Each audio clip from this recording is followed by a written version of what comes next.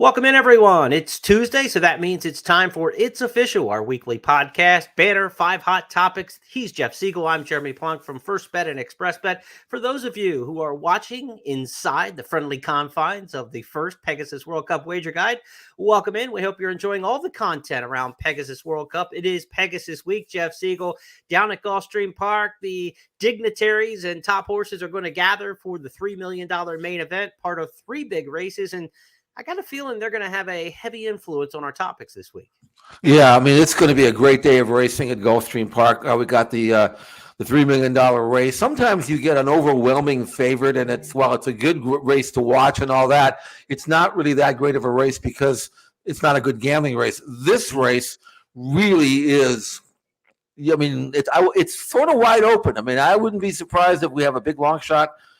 So dive in that one, and several other major stakes races that are challenging as well. I'm really looking forward to Saturday at Gulfstream Park.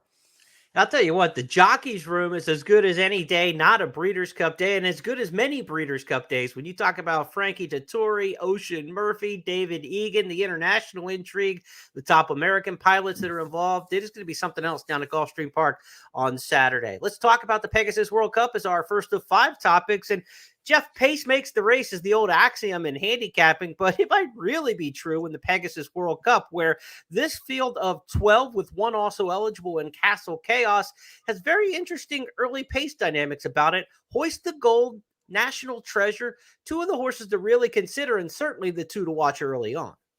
This race within a race really is going to impact the result one way or the other. You've got Hoist the Gold, who's coming out of a very fast mile race from the career top 109 win figure when winning the Cigar Mile on the lead. Then you've got National Treasure, who has never won a race in which he didn't make the lead. Right. And these 2 horses have only one chance to win, and that is to beat the other one to the clubhouse turn. Because I don't think Hoist the Gold is going to be sitting second, going a mile and 1/8 and taking his best weapon away, which is his speed. And National Treasure never has won a race in which he didn't make the lead. So who's quicker than who? Who is going to be committed to going to the front? And if they hook up, who among the closers have the best chance, or the stalkers have the best chance of producing the last run? These are questions that, I mean, I'm not really sure where to go on this, Jeremy. I'm not sure how this is going to shape up. Usually when I'm gambling on a race and I have a reasonably good, decent opinion, I kind of envision what the race shape's going to be, the race flow. Here, I'm not so sure. Now, we don't have a crystal ball, but what we do have is the benefit of race replays, right? We're trying to figure out who's going to make that hop out of the gate, who's going to show intent. And I know you want to take a look at the last start for both of the 2 major pace players in here. National Treasure from the Breeders' Cup Dirt Mile, when he had an outside post position with a short run into the first turn at Santa Anita that day. And then Hoist the Gold, who had an outside post position, but with a long run into the turn in the Cigar Mile. Let's take a look at both of those races. And as we go to the start of the Breeders' Cup Dirt Mile, National Treasure is going to be the 9 horse to the outside of the starting gate here, and we've got him picked out for you. Jeff, take us through this. Well, he's being whipped and driven. I mean, he's running, looking like he's a quarter horse here, and the intent was to get over to make the running into the clubhouse turn. He was absolutely able to do that. Flavien Prat just gunned him to the lead because Bob Baffert couldn't read a racing for him. He knows the horse, and he had to go to the front. On the other hand, Hoist the Gold, who's got plenty of speed, he wasn't sent at all. Now, this might be designed to the fact that there was a long run to that clubhouse turn. He didn't really have to send him.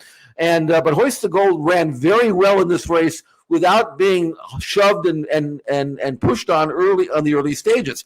He still went fast, 22.2, 44.4, but he's kind of under cruise control. He had the luxury of doing that. Now, I don't think he's going to have the luxury of doing that in this race because the outside horse, I think, is going to be committed to go. And I think, Johnny V is going to have to get into him to make sure that he doesn't get crossed over on.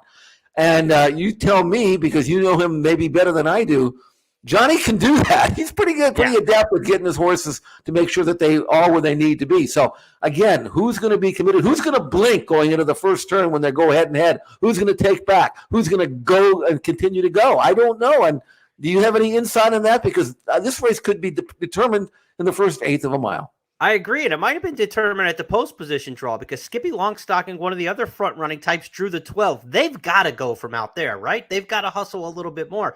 But Hoist the Gold in the 4, National Treasure in the 7, and Skippy Longstocking in the 12. With that speed outside, the 4 hole is going to be the perfect spot for John Velasquez on Hoist the Gold, because if you watch Johnny V over the years, one of his favorite moves is when he has the inside speed is to come out into the 3 or 4 path into the clubhouse turn, take everybody out with him a few paths, and then cut the corner. And then he's 2.5 in front with horses running the same speed because he just plays the geometry like a wizard going into the clubhouse turn like that. With no speed to his inside, really, Nimitz classed, couple deep closers inside of him.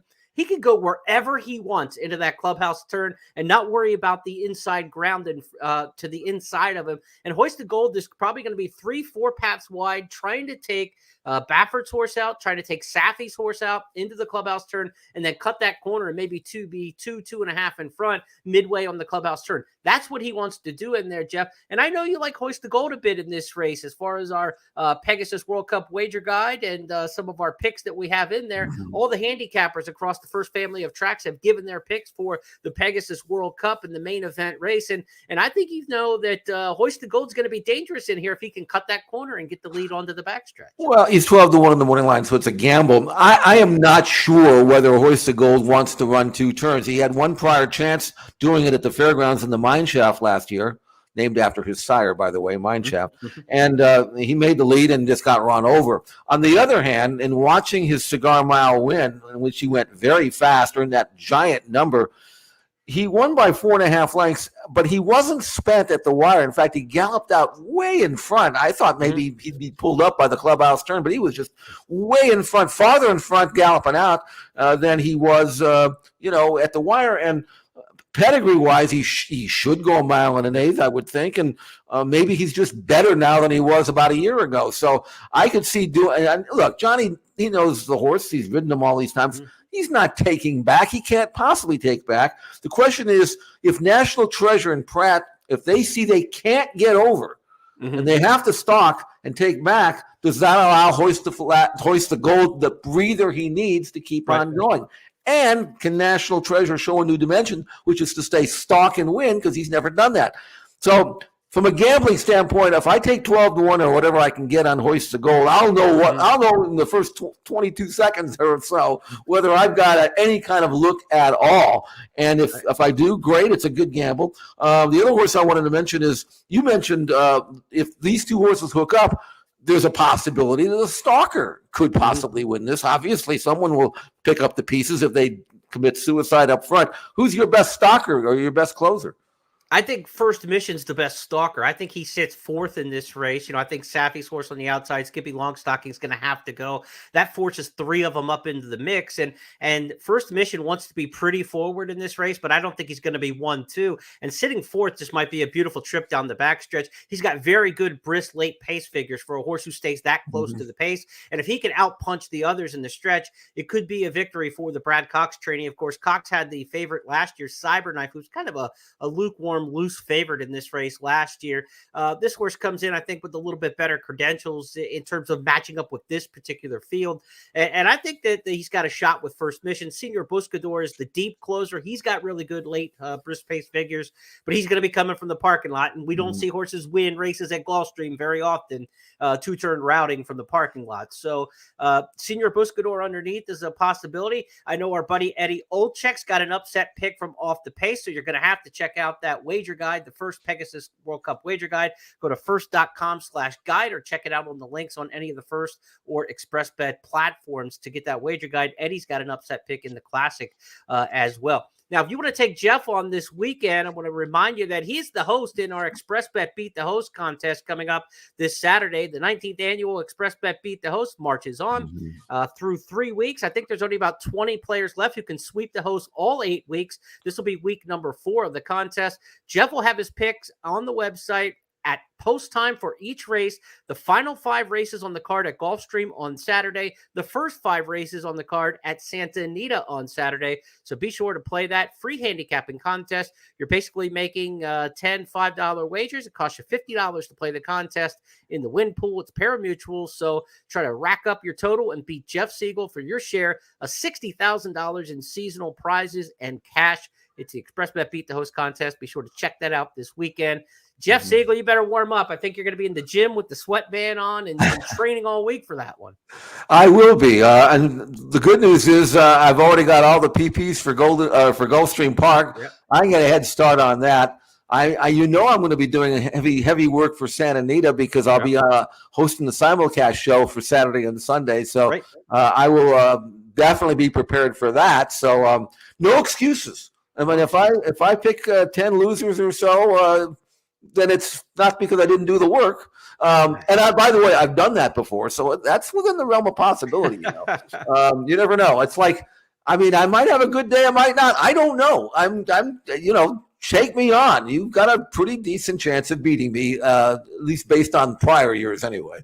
All right, let's get it this week, Siegel. Put him down and make him pay this week and beat the host. All right. We go to our second topic this week on It's Official. It's the Pegasus World Cup Turf, and we're looking at a horse who's unbeaten, unproven, and untested to this point. 3 for 3. The name is Integration. Laurel Valley has kicked. Equitize is now sprinting for home. So is Integration, and Integration is trying to fend off an I'm Very Busy who's trying to move towards the outside, but Integration is just sprinting clear. Look at this run, is drifting well out, but Integration is now opening up on this field, is well out into the turf course, but no doubt about your winner. Integration, much the best here at 4 to 5 in the Hill Prince. You don't draw off like that too often on the turf. We'll look at another one a little bit later that drew off even more, but these are exceptional performances when you win by daylight in grass races like that. How good is this horse Integration heading into the Pegasus World Cup Turf? Well, you don't, as you mentioned, you don't win off on the grass usually by many lengths. It's, you can win by 2. It's like 4 or 5 on the dirt, but when you win by 5, like this Cole did, it's almost like winning by 10 on the dirt. He was a $700,000 Saratoga yearling purchase, so he's always been highly regarded. He's obviously a great-looking colt. He was late to the party, didn't start until August 12th of his 3-year-old season. And Shug wouldn't be doing this unless he thought he was up to the task. I think he is. Freshened since November, training well, bullet work at Payson Park just a week ago. Lovely inside draw with great tactical speed. I think he'll be able to adapt to any kind of pace flow. It's just a matter of now stepping up and improving enough to beat the older horses. Based on his buyer numbers, which continue to rise with every start, lightly raced, newly turned 4-year-old, I'm expecting to see him run the race of his life. Okay, I really is.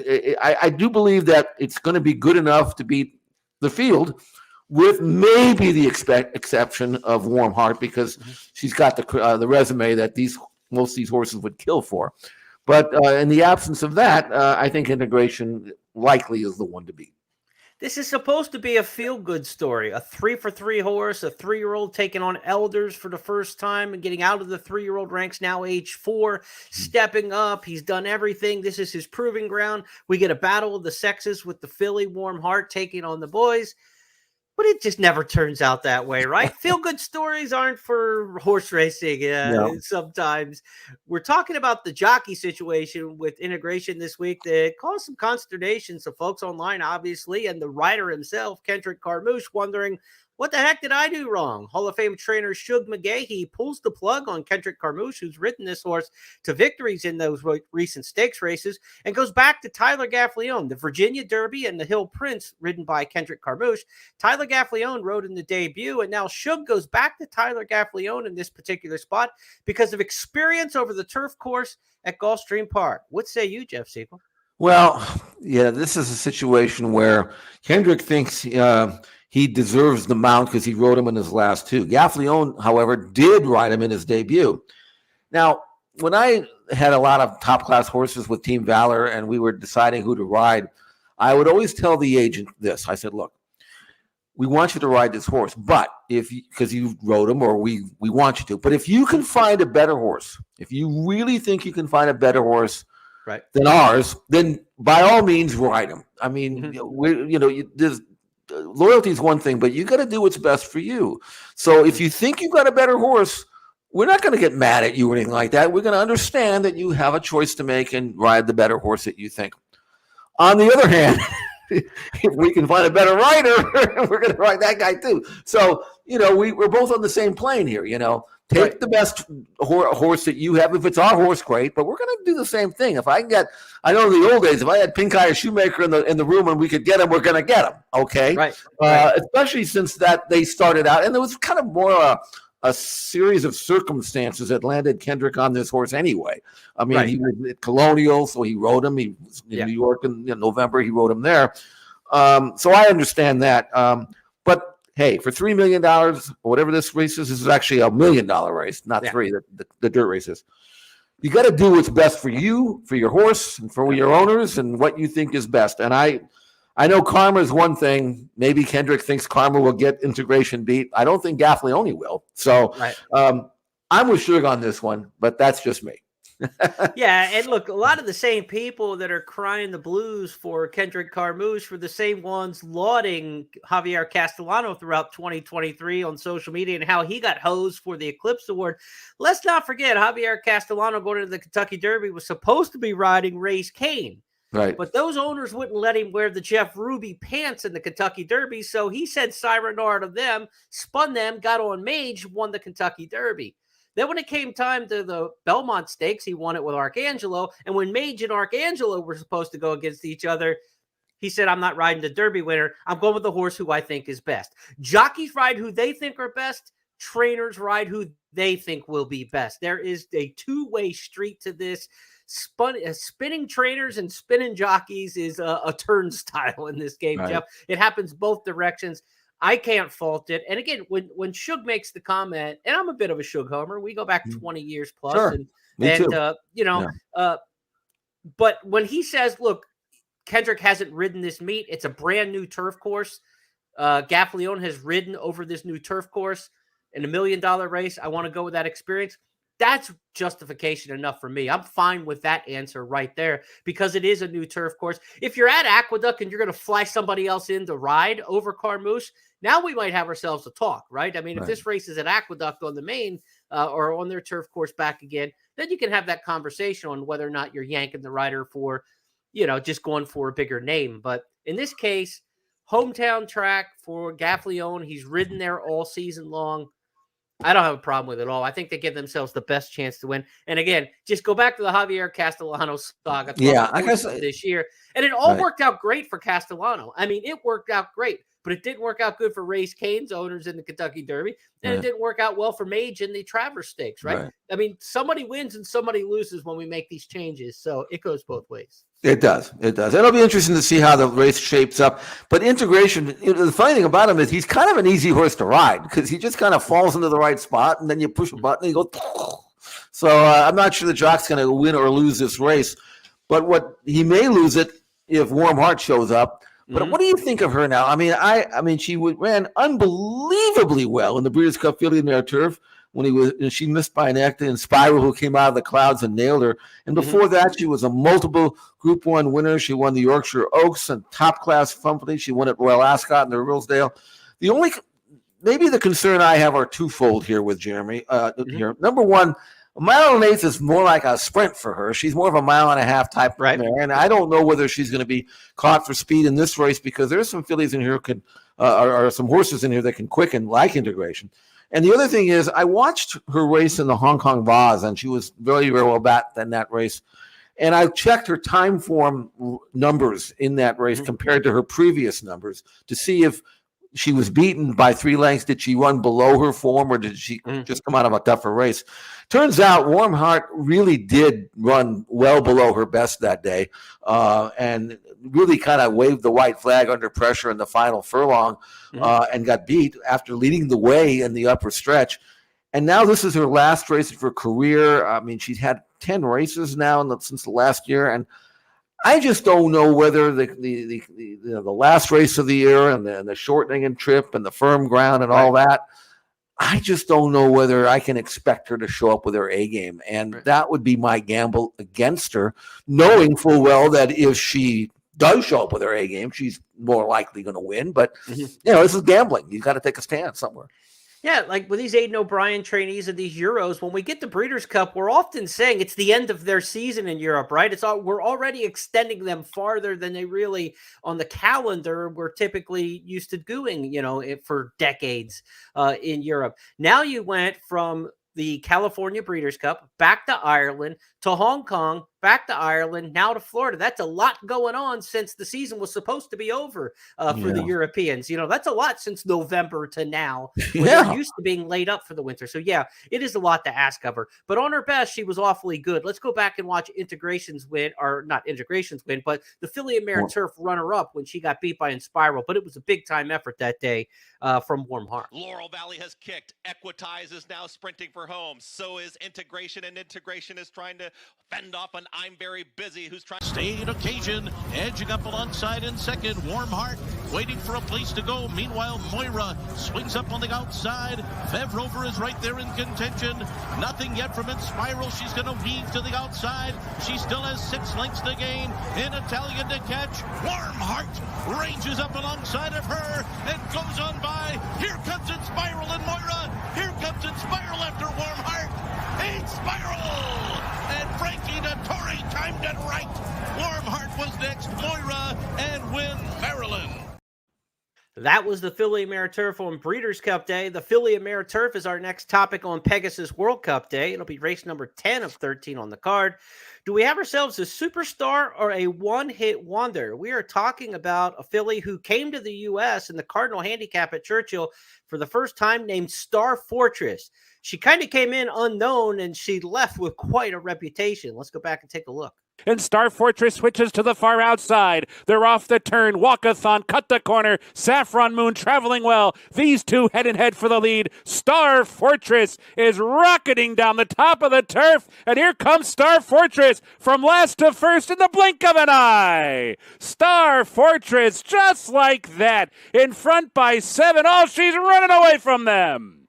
Star Fortress like a rocket down the turf today. All right, you were there, Travis Stone. But I'll tell you, will she repeat that effort, Jeff? This is a big question mark for me as we get to the Filly and Mare Turf on Pegasus World Cup Day. That race was in November. She's had 3 workouts since November. That seems like a very light campaign. I can't imagine, though, they train up to $1 million race with a short horse. So Cherie DeVaux's got to have a plan here. It just seems really light and spread out on the workout tab. Maybe this is a horse that doesn't take to a lot of work. Well, she's from Europe, and, she fired such a big shot in November in that race that we just saw. She hadn't been out since July.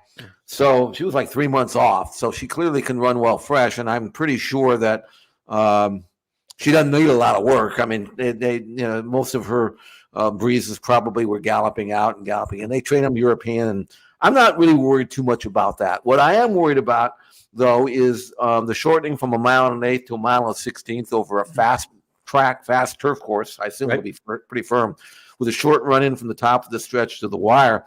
And I looked at her European races because I really wanted to see where that incredible effort came from. She had earned a 104 Beyer number.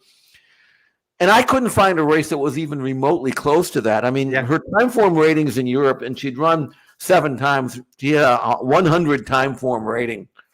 What is that? Well, I mean, it's like comparing apples to oranges. But I can tell you the 104 Beyer number would equate to somewhere around a 120. So she ran so much better in that race than she had ever done before. I don't know if she's a one-hit wonder or not, because if she's not, then she's the best turf filly and mare in the country. Let's put it that way.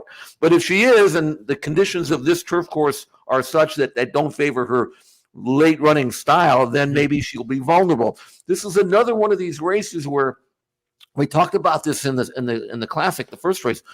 I mean, there are variables in here that you really can't account for. I mean, you have to either gamble and try to be right and if you're not, you're not going to win, or just try to guess right. I don't know. I think she's terrific, but I also think that given these conditions, I'm not sure that we can expect anything close to what we just saw.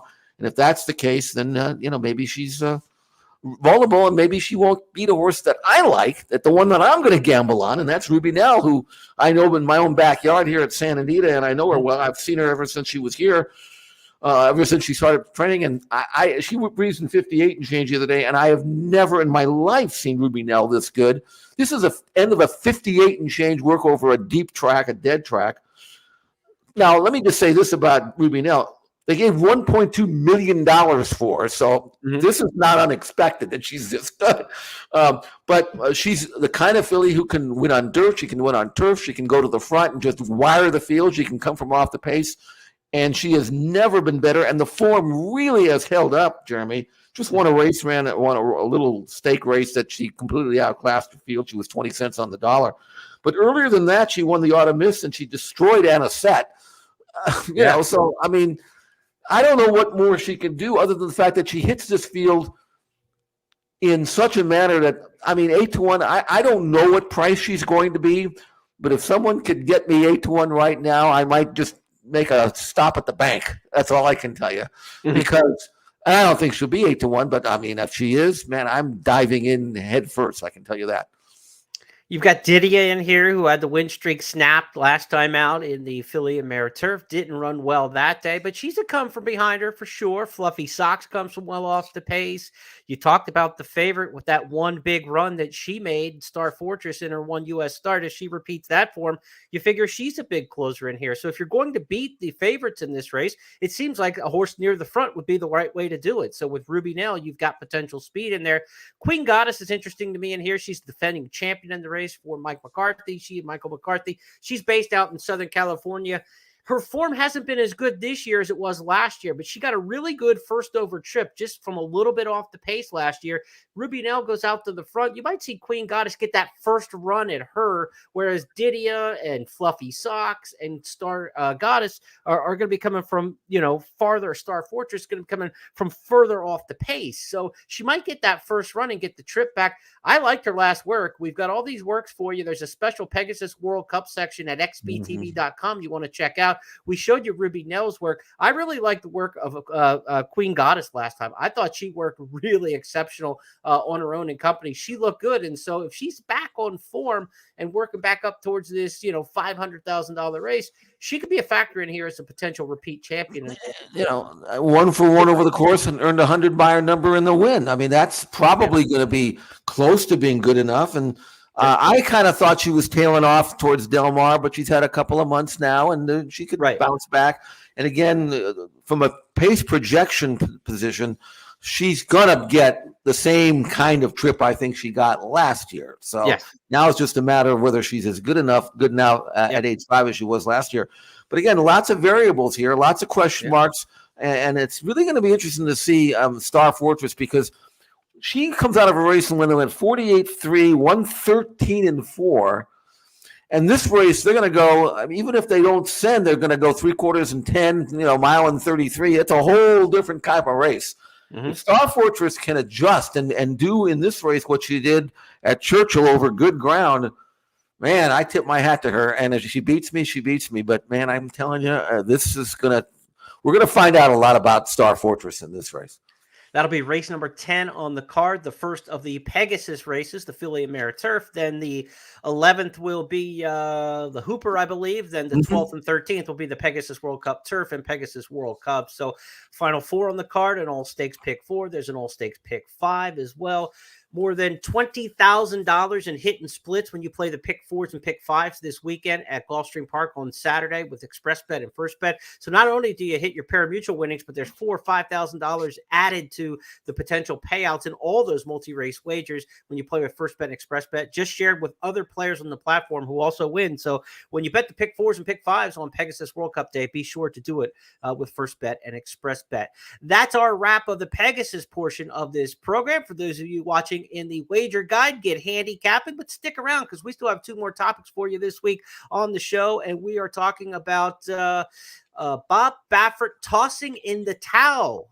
What do we mean by that? Yesterday, it was announced on the platform X by Bob Baffert himself that he is dropping his lawsuit against Churchill Downs Incorporated, the appeal of the suspension of Medina Spirit from the 2021 Kentucky Derby. It's been tied up in court proceedings for over 2 years now. Bob Baffert currently suspended from running horses at Churchill Downs Incorporated Properties all the way through the end of 2024, Jeff. And it doesn't seem like, despite this statement and despite this admonition from Bob Baffert of dropping the lawsuit, that Churchill Downs isn't changing their mind anytime soon. No, they are not. Maybe they would have if Bob had done this 2 years ago. I honestly believe he got bad advice. I think that given the facts that I was able to grasp, right out the initial part of the lawsuit, I said to myself, because I had a reason for saying this, because his Medina Spirit was disqualified for having an illegal drug in his system, and Bob was claiming that it was contaminated or something like that and was accidental, and that's not the point. It never was the point. We lost a big person with a horse named Lady Blessington back in the big 90s, scopolamine, and they proved that it was contaminated. We had nothing to do with it. Richard Mandela had nothing to do with it. It's just one of those things, and we lost a purse of a great stake. So, I mean, the precedent was set that it doesn't matter how it got there. As long as it got there, then you get disqualified. And common sense would have told me, don't mess with this. You're not going to win it. You're just not going to win. And it's Churchill Downs. It's like you can't take them on, and then the ramifications are going to be pretty bad if you do and you lose. And this is what happens. So now he can't run the Derby. They're not backing down. They could ban him for life. It's their race. It's their track. I don't think they will. I think they'll probably let him back in a year, or maybe even next year, but not this year. And he did it this week, maybe hoping that maybe they would, drop the ban and he could get his 3-year-olds in this year. And Churchill says, nope. It's nice what you said. We're glad you're not suing us anymore, but the ban still holds. So who knows the backstory? All I know is that from my standpoint, it's too little too late. From Bob's standpoint, he'll get back in the Derby run eventually, but not this year. Right. And the timing of this, as you were alluding to, Baffert's trying to get his horses eligible for the 2024 Kentucky Derby in his name, because the decree put out by Churchill Downs in the last 7-10 days were that any horses trained by a suspended trainer have to move to a non-suspended trainer by January 29th, which I believe is the day where the Triple Crown nominees are submitted. Yes. So the deadline for Triple Crown nominees. So it's not some random day just picked out of the blue, but it is high time. As you mentioned, the 29th, I think, is Monday, right? I mean, we are not looking very far off until all the horses that under Baffert's care that could be potential Kentucky Derby starters this year will have to move. So this could have been an 11th, and it looks like an 11th hour move on his part to do a mea culpa, to say, I'm sorry, I should have never challenged this. We thank Churchill Downs. We look forward to working with Heisen and everything that they can do. And then hopefully you got some leniency, and they would say, okay, we're not going to ban your horses this year. It didn't work out that way, because it was like an hour later where Churchill Downs issued their statement saying this has no impact on what our decision is for 2024. So there will be no Bob Baffert horses as we see it right now in this year's Kentucky Derby. He's got the next 6 days as we record our podcast, 6 days out from the 29th, in order to see which one of his 3-year-olds this year will move to another barn.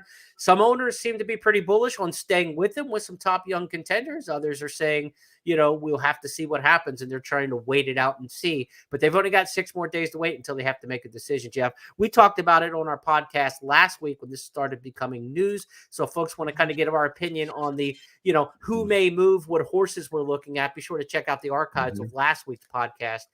It's official. We talked about that in more depth. But 11th hour move by Baffert, last ditch. It did not seem to work. It was a Hail Mary that fell incomplete. Yeah, and not surprising. So the funny thing is that he's got Nisus, who's continuing to train terrific, and it would be a shame if he were to do what I think he's going to do in California, and that is remain unbeaten through the Santa Anita Derby for how many races he wants to run, and not get a chance to run in the Kentucky Derby, although it would make the Preakness pretty interesting. I'll give you that. On the other hand, it's up to the owners. I mean, do they want to miss out on maybe a once in a lifetime real legitimate chance to win the Derby, or what? And then we've got another one that we saw last few days ago over the weekend, that maybe better than any of them. I don't know. So Right. it's like every week we come up with a new Baffert that may or may not be in the Derby and maybe deserves to be in it. It's like there's a never-ending string of these that look sensational, breaking their maiden. The lack of Derby presence and no barn changes that we'll find out in the next week or so could be big news for tracks like Oaklawn or Maiden, because you look at the UAE Derby and that Oaklawn series where the Rebels over $1 million, the Arkansas Derby is like $1.5 million now. Right. If you can't run in the Kentucky Derby, you're going to run for the money, and those races also give you a lot of spacing and time to come back and be Preakness and Belmont Stakes type. Absolutely. And this year's Belmont at a mile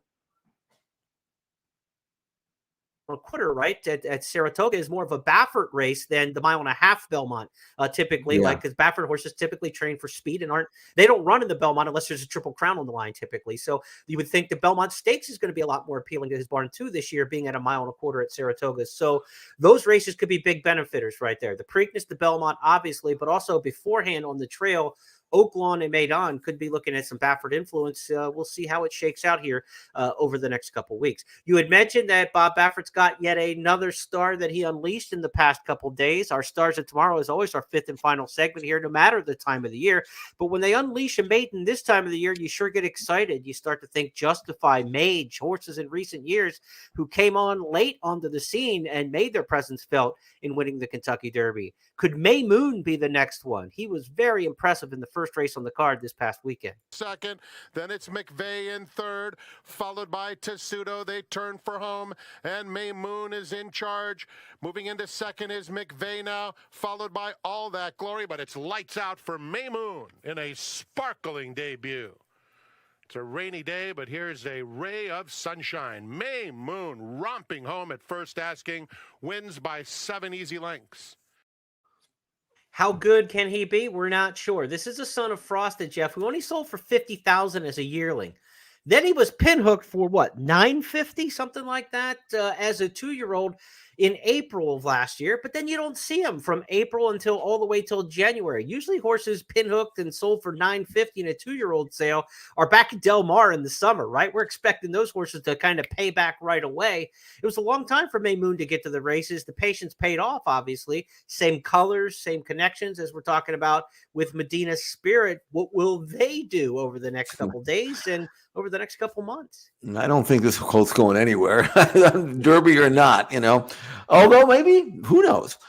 Here's the thing about this. He's by Frosted, so he should run long. Mm-hmm. He brought $900,000 in the sale, and he's saying, who in the world would give $900,000 for Frosted, or a colt by Frosted, who stands for $10,000? So I went back and watched the breeze. He went 9-3. I don't think I have ever seen a faster breeze in Ocala than 9-3. And trust me, Jeremy, he was breezing. He was really breezing. He never let him run. He could have gone. I don't even know how fast he could have gone. So I understand why they gave $900,000 for him. I've never seen a breeze that good that was that fast. Now, in terms of bringing him back and giving him plenty of time, obviously that was probably not by design. But when you breeze in 9-3, you probably have to make sure that all the parts are still fitting. You know, after you do that. He was actually training last summer at Los Alamitos, just kind of hacking around. And so it took him a while to finally get into the races. But the one thing that we didn't see in that videotape is I watched him train in the morning, and we had his works on XBTV. Really, he was really actually green in the morning. I mean, he was doing all kinds of stupid things. He was lugging in, and I mean, he was fast, but he wasn't doing it the right way. So I was worried that maybe he would make a mistake in his first start, which is one of the reasons why he didn't go off with quite as short a price as he was going to be. He was like almost even money, and these kind of horses would be like 2 to 5 for Baffert, because people like me were afraid that he might jump over the fence or something. Anyway, coming out of the gate, he makes a left-hand turn, crashes into another horse, does all this. You know, the first thing you think about is like, okay, I'm glad I didn't bet this horse, because I knew this was going to happen.